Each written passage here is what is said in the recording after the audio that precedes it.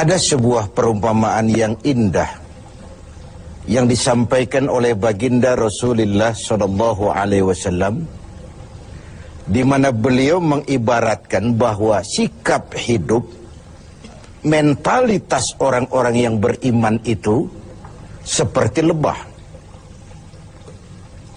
Sifat-sifat binatang biasanya kalau dinisbahkan kepada manusia sering berkonotasi negatif. Manusia bermental tikus, misalnya. Kenapa? Karena amalan tikus itu kan suka menggeragoti barang yang disimpan baik-baik. Uang negara disimpan baik-baik, digeragoti oleh tikus.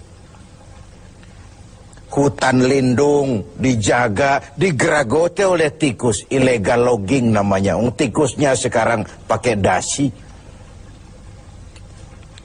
Manusia bermental kera, monyet. Apa kera itu?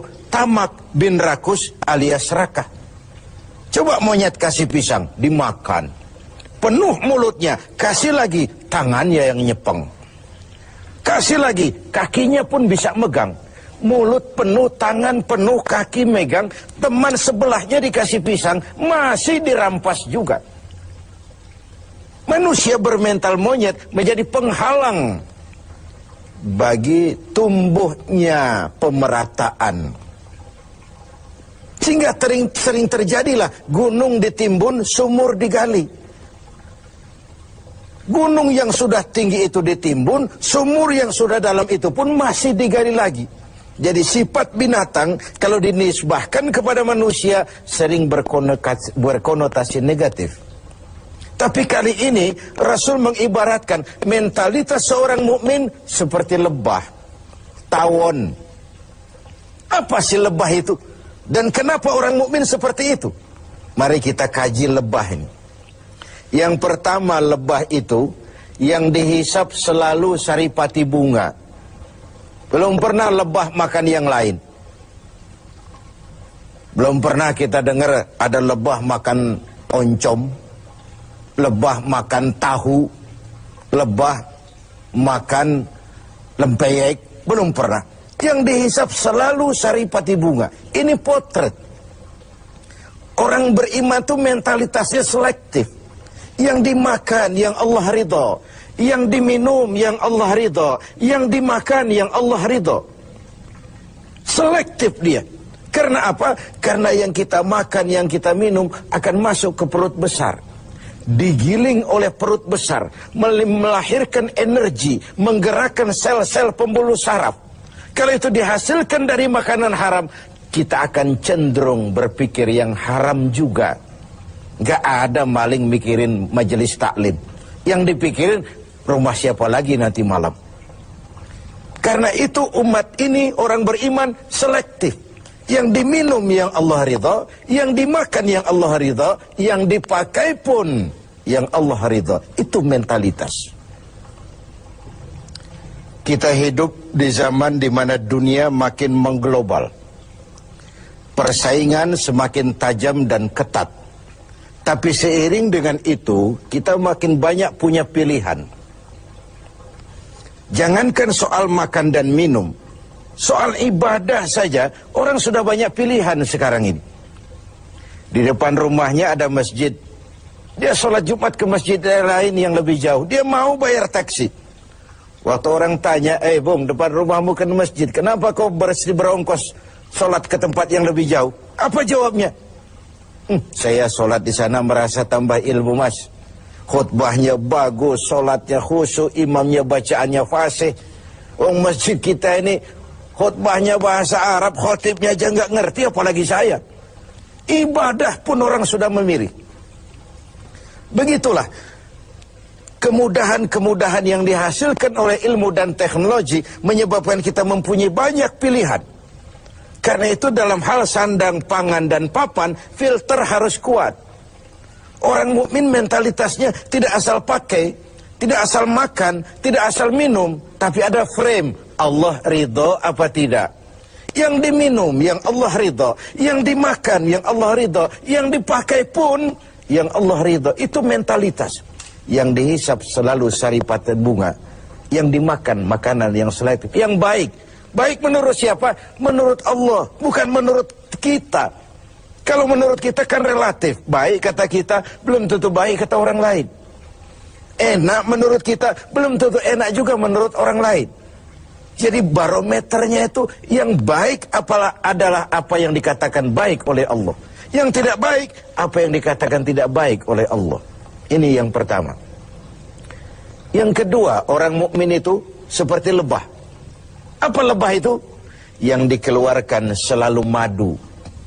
Yang dihisap saripati bunga, yang dikeluarkan madu. Yang masuk baik, yang keluar juga baik. Ucapannya baik, tingkah lakunya baik, perbuatannya baik, bahkan diamnya pun untuk sesuatu yang baik. Luar biasa contoh ini. Begitulah orang mukmin itu. Ucapannya, tingkah lakunya membawa manfaat bagi lingkungannya. Dan ini diperkuat dengan yang ketiga dari lebah. Apa lebah itu? Kemana dia hinggap tidak ada dahan yang patah. Perhatikan. Kemana saja dia terbang, di mana saja dia hinggap, tidak ada dahan yang patah. Kalau ini mentalitas seorang mukmin, artinya kemanapun dia pergi, dimanapun dia tinggal, pantang dia jadi biang kerok buat lingkungannya. Keutuhan kita sebagai bangsa masih rentan. Berbagai konflik belum sepenuhnya bisa teratasi. Entah yang berlatar belakang sara, etnis, agama, di Papua sana, di Poso sana, bahkan di kota-kota besar di berbagai daerah sering terjadi tawuran antar kampung. Untuk hal-hal yang sepele, untuk hal-hal yang remeh. Sehingga kita kehilangan pertimbangan. Seorang mukmin tidak beriman dianggap kalau tetangganya tidak pernah aman dari gangguan lidahnya atau gangguan tangannya. Wallahi la yu'min, la yu'min, la yu'min. Sampai 3 kali Rasul menyatakan, demi Allah, belum dinyatakan beriman. Belum beriman, belum beriman. Sampai tetanggamu aman dari gangguan lidahmu dan gangguan tanganmu. Begitulah kita ini. Orang mukmin dituntut menjadi manfaat bagi lingkungannya. Kemana dia hinggap, tidak ada dahan yang patah. Tapi yang keempat, lebah. Jangan coba-coba diusik. Jangan coba-coba diganggu. Kalau sekali kita diganggu dia, kemanapun kita pergi, insya Allah dikejar. Nyelam di air pun masih ditunggunya.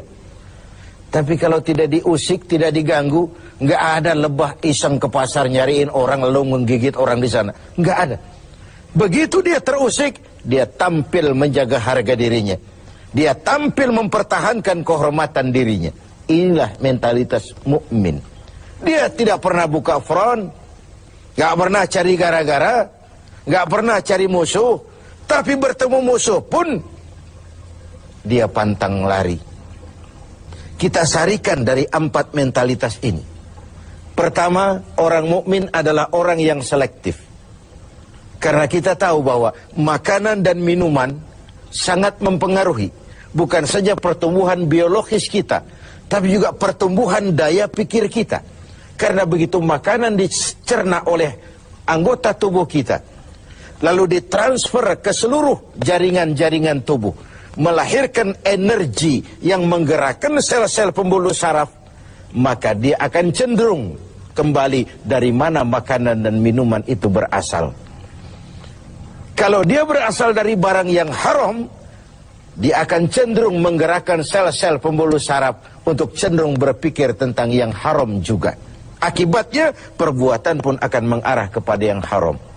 Inilah Ramadan, di mana dari yang halal saja kita mengatur diri, menahan diri, konon lagi dari yang haram. Dari yang jelas halalnya kita kendalikan diri, kita atur, kita tata sedemikian rupa, konon lagi dari yang haram. Lalu yang kedua, seorang mukmin harus menjadi rahmah bagi lingkungannya. Pantang dia jadi biang kerok bagi lingkungannya. Kita tahu bahwa ada 3 tujuan penjajahan itu. Pertama, ekspansi kekuasaan. Yang kedua, dominasi ekonomi. Dan yang ketiga, penetrasi kebudayaan. Dari yang pertama, kita sudah jelas bangsa yang merdeka.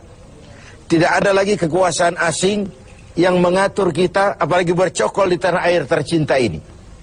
Tapi dari 2 yang terakhir, dominasi ekonomi dan penetrasi kebudayaan, kita harus masih berjuang keras untuk merdeka.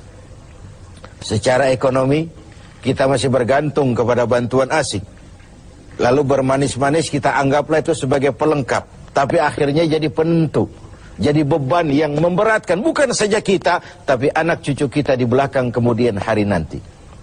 Dari segi penetrasi kebudayaan, yang nampak saja, food, fan, fashion, anak-anak kita habis dijajan. Food, makanan. Anak-anak kita tidak bangga lagi dengan produk bangsa kita sendiri. Food, belum lagi fashion. Disinilah kita harus punya filter yang kuat dalam dunia yang makin mengglobal, di mana kita berhadapan dengan sekian banyak pilihan. Bukankah kita ingat riwayat Nabi Nuh mengantisipasi banjir? Beliau oleh Allah diperintahkan membuat kapal. Seperti itulah kita sekarang ini.